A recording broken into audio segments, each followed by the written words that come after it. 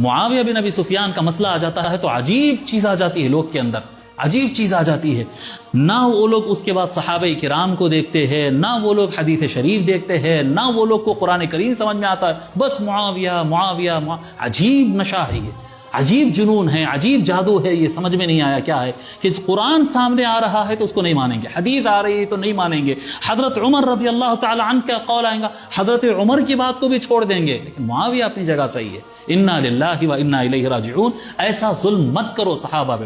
معاویہ بن ابی سفیان یا صفوان بن امیہ یا ابو سفیان یا وحشی یا اس طرح کے عبداللہ بن ربیعہ، اس طرح کے الافراد کو، بسر بن ارطا وغیرہ، ان کو صحابہ میں شامل کرنا اس سے بڑے صحابہ کی کیا گستاخی ہو سکتی ہے کہ یہ ظالم لوگ، یہ اسلام کے دشمن لوگ، یہ شرابی، کبابی، باغی، طاغی، فاسق اور فاجر قوم، جن کو صحابہ کرام کبھی فاجر کے نام سے، کبھی فرعون کے نام سے یاد کرتے تھے، ایسے افراد کو آپ صحابہ میں شامل کر کے رضی اللہ عنہم کہیں گے. کتنی نہیں توہین اس کے اندر صحابہ کرام، سیدنا ابو بکر رضی اللہ عنہ کی کتنی نہیں توہین ہو رہی. لوگ گن رہے ہیں ایسا، ابو بکر و عمر و عثمان و علی و معاویہ، انا للہ و انا الیہ راجعون. وہ لائن میں آتا ہے یہ نام، وہ لائن میں آتا ہے یہ نام. ان کی جوتیوں کی لائن میں نہیں آ سکتا ہے یہ نام، ان کی جوتیوں کی لائن میں نہیں آ سکتا ہے یہ نام، اور ان کی لائن میں یہ نام کہا جا رہا ہے. اس سے زیادہ کیا بے حرمتی کریں گے؟